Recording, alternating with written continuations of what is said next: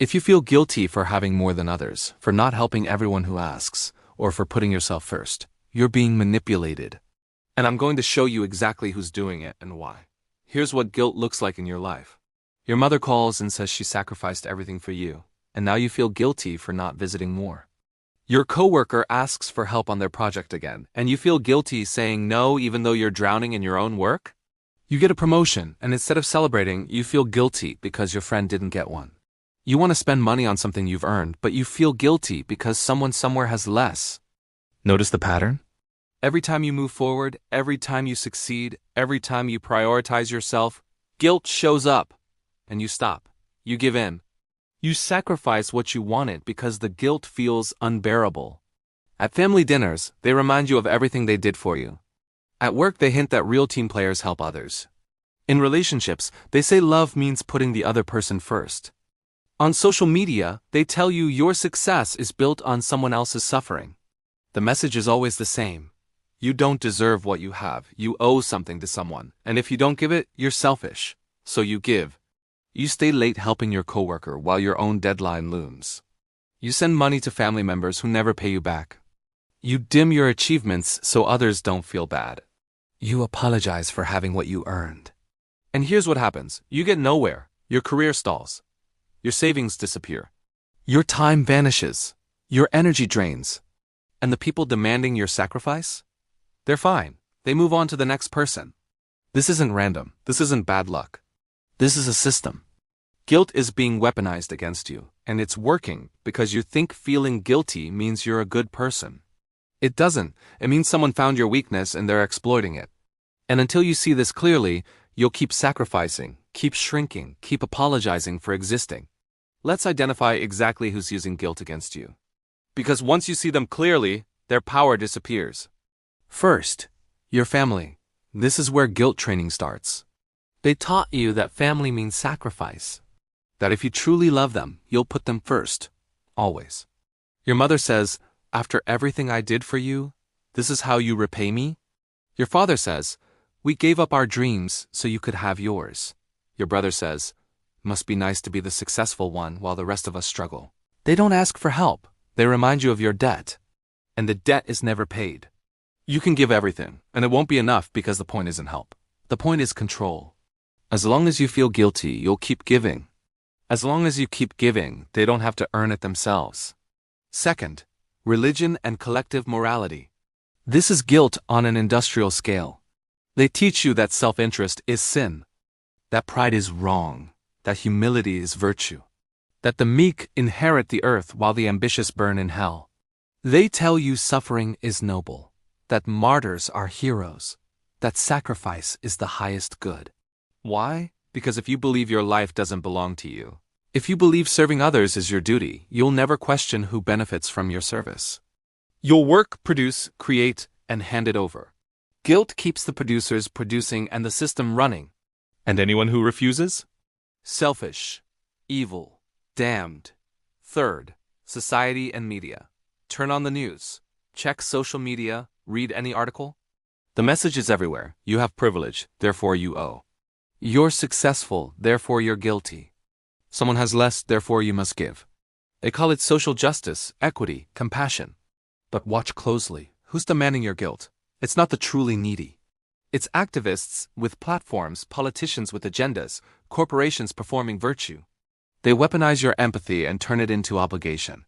They make you feel guilty for things you didn't do, for advantages you may not even have, for simply existing in your own life. And the solution is always the same. Give more, apologize more, shrink more. Never ask if it works. Never ask who profits. Just feel guilty and comply. Fourth, personal parasites. These are the people closest to you. The friend who always needs money but never pays back. The coworker who always needs help but never reciprocates. The partner who says real love means putting them first, always. They have a sixth sense for your productivity. The moment you're about to succeed, they show up with a crisis. They need you. They can't do it without you. And if you hesitate, they deploy guilt. I thought we were friends. I thought you cared about me. I guess I know where I stand now. Notice, they never feel guilty for asking. Only you feel guilty for refusing. That's not friendship. That's not love. That's parasitism. They found a host and they're feeding. Here's what all four have in common. They benefit from your sacrifice. Your family doesn't have to be self-sufficient if you're always helping. Religion doesn't have to justify its moral code if guilt keeps you compliant. Society doesn't have to solve problems if it can just guilt producers into solving them. Parasites don't have to build their own lives if they can guilt you into building it for them. Guilt is the weapon. You are the target. And they're counting on you never figuring it out. Now let's talk about why Ayn Rand said guilt is not just wrong, it's evil. And why the people demanding your sacrifice are the immoral ones, not you. Rand's central teaching is this: your life belongs to you. Not to your family, not to society, not to God, not to the collective. To you. Your time, your energy, your mind, your work. These are yours. And the purpose of your life is not to sacrifice for others. The purpose of your life is to live it. To pursue your values, to achieve your happiness, to flourish. That's not selfish in the way they taught you. That's rational self-interest, that's morality. Here's what they don't tell you: sacrifice doesn't create value. It destroys it. When you sacrifice, you give up something you value for something you value less. You give up your time for someone else's project. You give up your money for someone else's irresponsibility. You give up your goals for someone else's comfort. What did the world gain? Nothing. What did you lose? Everything. Sacrifice doesn't make things better. It makes the producer poorer and the parasite dependent. And guilt is the tool they use to make you accept this as virtue. In Atlas Shrugged, Rand shows you exactly how this works. The producers, the people who build, create, and think, are told they owe their work to everyone else. They're guilted into running their businesses at a loss to serve the community. They're guilted into inventing, without profit because knowledge belongs to all mankind. They're guilted into working harder while others work less, because we're all in this together. And what happens? The producers collapse, the businesses fail, the inventions stop, and the parasites who demanded the sacrifice? They blame the producers for not sacrificing more.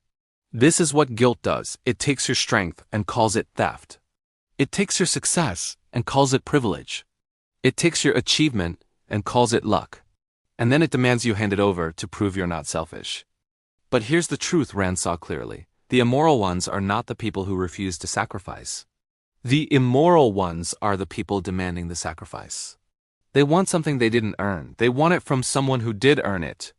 And they use guilt to avoid calling it what it is: theft. Let me be very clear about what rational self-interest is not. It's not being a jerk. It's not stepping on people. It's not taking from others. It's not refusing to help people you love. Rand never said that. What she said is this: your first moral obligation is to your own life and happiness. That means you pursue your values through productive work, not through manipulation or force. That means you help others when it aligns with your values, not because you feel guilty. That means you trade value for value, not sacrifice for dependency. A rational person helps their friend move because they value the friendship. They don't help because guilt says, if you don't, you're selfish. Do you see the difference? One is chosen, one is coerced. Here's why producers are always the target of guilt: because they have what parasites want. You can't guilt someone with nothing. You can only guilt someone who's built something, earned something, achieved something. That's why successful people are called privileged. That's why hardworking people are called lucky. That's why ambitious people are called greedy. The language of guilt always targets the producer, never the parasite. And it works because producers are often good people who care about others. They're responsible, empathetic, conscientious. Perfect targets. Parasites don't feel guilt for asking. Only you feel guilt for refusing. That asymmetry is the weapon. In The Virtue of Selfishness, Rand argues that altruism, the morality of sacrifice, is a con game. It tells you that serving others is the highest good, but it never asks, serving them how, at what cost? Chosen or forced? And who decides? In practice, altruism always means the same thing. Producers sacrifice for non-producers. Workers sacrifice for non-workers. Thinkers sacrifice for non-thinkers. And guilt is how they enforce it without having to admit what they're doing. So when someone makes you feel guilty for prioritizing yourself, for keeping what you earned, for saying no to their demands, understand what's happening. They're trying to convince you that your life doesn't belong to you, that your moral duty is to serve them, that your success is a sin you must atone for through sacrifice. Ayn Rand says, reject it completely. You don't owe them your life. You don't owe them your work. You don't owe them your guilt. The person telling you to sacrifice is the immoral one. You, choosing to live for yourself, are acting morally. This is the forbidden truth they don't want you to know. Guilt is a scam. It's not your conscience. It's their control. And the moment you stop feeling it, their power over you ends. Now let's destroy guilt. I'm going to give you a 5-step method you can use the next time someone tries to manipulate you with it. Step 1. Identify the source of the guilt. Ask yourself, who benefits if I do what they want? Guilt always has a beneficiary. Your mother wants you to visit more. Who benefits? She gets company without having to build her own life. Your coworker wants help on their project. Who benefits? They get your work without doing their own. Society says you owe reparations. Who benefits? Politicians get votes, activists get power, you get poorer. The moment you ask who benefits, guilt loses its disguise. It stops looking like morality and starts looking like what it is. Someone wants something from you, and they're using your emotions to get it without having to earn it. Example, your brother calls saying he needs money for rent again. Before guilt kicks in, ask, who benefits if I send money? He gets rent covered without fixing his spending problem. I get less savings and another call next month. Does this help him long term? No. Does this help me? No. Who benefits? Only his avoidance of consequences. Once you see that clearly, guilt has nowhere to hide. Step 2. Question the premise. Ask yourself, why should I do this? Says who? Guilt operates on unexamined assumptions. You should help family. Why? You should be a team player. Why? You should give back to the community. Why? Every guilt trip has a hidden should, an obligation someone installed in you without your permission. Question it. Where did this rule come from? Did you choose it, or was it chosen for you? Is it rational, or is it just tradition? Does it serve your life, or does it serve someone else's agenda? Example, your father says, you should spend the holidays with us. That's what family does. Stop. Question the premise. Should I? Why? Because he wants me to? Because it's tradition? But what if I don't value this tradition? What if I'd rather spend the time building my business? Who decided family obligation trumps my chosen values? He did, not me. The premise is his, not mine. And I'm under no obligation to accept premises I didn't choose. Step 3. Define your values rationally. Ask yourself, what actually matters to me based on reason, not guilt? This is where you build your defense. Guilt can't touch you if you know your values and can justify them rationally. What do you value? Your career growth, your financial security, your time with people you choose, your mental health, your creative work? Write them down. Be specific. Then ask, is this value rational? Does it serve my life and happiness? If yes, it's yours. Defend it. Guilt will say, but what about this person who needs you? And you respond, I value my financial security. Giving money I don't have doesn't serve that value. So no, that's not selfish. That's rational. Example, you value career advancement because it gives you financial independence and creative fulfillment. Your friend wants you to skip a networking event to help them move. Guilt says, a good friend would help. Your values say, I choose career growth. This event matters to my goal. My friend can hire movers or ask someone else. My values come first. When you know your values, guilt can't bully you into betraying them. Step 4. Act based on your values, not on guilt. This is the hard part, doing it. Guilt will scream when you act on your values. It'll say you're selfish, you're cold, you're a bad person. Ignore it, act anyway. Say no without apologizing. Keep your money without justifying. Prioritize yourself without guilt. Here's the key. Don't explain, don't defend, don't argue. When someone tries to guilt you, you don't owe them a dissertation on Ayn Rand. You just say no. I can't help you with that. That doesn't work for me. I'm focused on my own priorities right now. Short, firm, done. If they push, repeat. If they escalate, walk away. Your values are not up for debate. Example, your coworker asks for help again. You say, I can't, I have my own deadlines. They say, come on, I really need you. Just this once. You say, I can't. They say, wow, I didn't think you were that selfish. You say nothing. You turn back to your work. They'll be mad. Let them. Your deadline matters more than their opinion. Act on your values. Let guilt scream into the void. Step 5. Accept that parasites will attack you. And prepare to ignore them. Here's what will happen when you stop sacrificing. The people who benefited from your guilt will call you selfish. They'll say you've changed. They'll say you used to be nice. They'll tell others you're cold now. Good. That's how you know it's working. Parasites don't attack people who give them what they want. They only attack people who stop. Expect the guilt trips to intensify. Expect the sob stories. Expect the accusations. And prepare your mind now. Their attack is proof you're doing the right thing. If cutting off a parasite makes them angry, it means they were feeding on you. Let them be angry. Protect your energy. Example: you stop lending money to your cousin.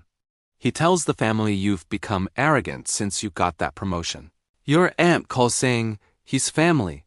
How can you turn your back on family? This is the attack. They're trying to guilt you back into compliance. Your response? Nothing. You don't defend yourself. You don't argue. You just keep living by your values. Let them talk. Let them be mad. Their opinions don't pay your bills. Their judgment doesn't build your life. You do. Stay focused. Here are some mental scripts you can use when guilt tries to creep in. When family guilts you, their emergency is not my responsibility. I'm allowed to prioritize my life. When society guilts you, I don't owe strangers my hard-earned money. Compassion is chosen, not coerced. When a parasite guilts you, if they're upset I said no, they never valued me. They valued what I could give them. When you feel guilty for succeeding, my success is earned, not stolen. I don't apologize for being good at what I do. When you feel guilty for saying no, no is a complete sentence. I don't need permission to protect my time. Practice these. Say them out loud. Internalize them. Because guilt is a reflex, and you need to retrain it. Every time guilt whispers, you should, answer back with your values. I choose this instead. Over time, guilt weakens. Your values strengthen. And the people who weaponized guilt against you? They lose their power completely. This is how you destroy guilt. You see it for what it is. You question it. You choose your values. You act on them, and you let the parasites rage. They'll call you selfish. Let them. Ayn Rand would say, if living for yourself is selfish, then selfishness is a virtue. Embrace it. Let me show you what happens when you apply this. Sarah was a software engineer sending half her paycheck to family members every month. Her mother guilted her constantly. We sacrificed for you to go to college. Sarah felt terrible, but she was drowning in debt. Then she applied this method. Step 1. Who benefits? Her family got money they didn't work for. She stayed broke. Step 2. Question the premise. Who said her college education meant lifetime debt? Her parents chose to help her. That's not a contract. Step 3. Define values. She valued financial independence and career growth. Step 4. She stopped sending money. Step 5. Her family exploded, called her selfish, ungrateful, cruel. She held the line. 1 year later, debt gone, savings growing. Career thriving, and her family. They adjusted. They found other income. They stopped calling her their ATM. She got her life back. Michael was the guy everyone asked for help at work. Always stayed late helping others while his own projects suffered. His boss noticed he never hit his targets. Then he stopped. He started saying no. He prioritized his own work. People called him cold, unfriendly, not a team player. He ignored them. 6 months later, promotion, raise, respect. The people who guilted him? Still in the same position, looking for the next person to exploit. Now contrast this with what happens if you keep sacrificing. You stay broke because you keep giving. You stay tired because you keep helping people who never help you. You stay stuck because you're building everyone's life except yours. 10 years pass, you're older, still broke, still tired, still stuck. And the people you sacrificed for?